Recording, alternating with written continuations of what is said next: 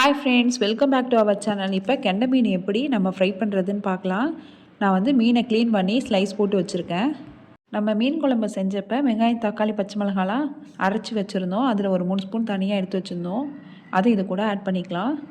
மீன் குழம்பு ரெசிபியை பார்க்காதவங்களாம் நம்ம சேனலில் இருக்கே செக் பண்ணி பாருங்கள். அது கூட என்னென்ன மசாலா ஆட் பண்ணுறதுன்னு பார்க்கலாம். மிளகாத்தூள் 1 டேபிள் ஸ்பூன், உப்பு தேவையான அளவு, குழம்புத்தூள் 2 ஸ்பூன், மஞ்சத்தூள் 1/4 ஸ்பூன், அப்புறம் கார்ன்ஃப்ளவர் 1 ஸ்பூன். இது எல்லாத்தையும் மீன் கூட சேர்த்துக்கலாம்.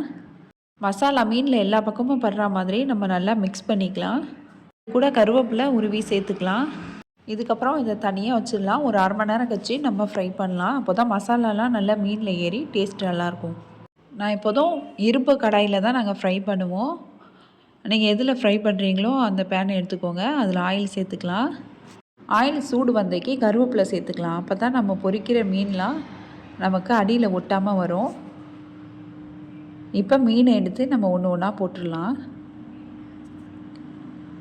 நம்ம இந்த மாதிரி இரும்பு பாத்திரத்தில் செய்யும் போது நமக்கு நல்ல டேஸ்ட்டாகவும் இருக்கும்.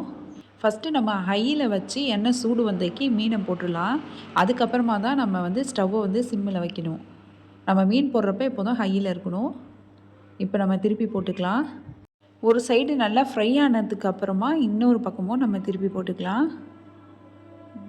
இப்போது கலர் பாருங்கள் இவ்வளோ சூப்பராக இருக்குன்னு. நம்ம கலர் பவுடர் எதுவுமே ஆட் பண்ணல.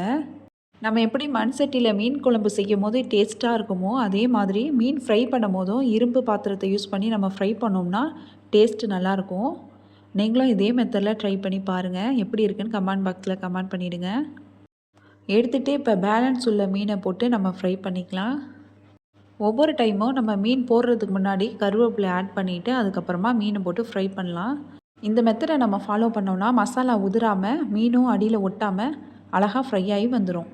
நீங்களும் இந்த மெத்தடில் ஃப்ரை பண்ணி பாருங்கள். இந்த வீடியோ உங்களுக்கு பிடிச்சிருந்துச்சுன்னா லைக் பண்ணுங்கள், ஷேர் பண்ணுங்கள், கமெண்ட் பண்ணுங்கள். மறக்காமல் சப்ஸ்கிரைப் பண்ணிவிடுங்க. தேங்க்ஸ் ஃபார் வாட்சிங்.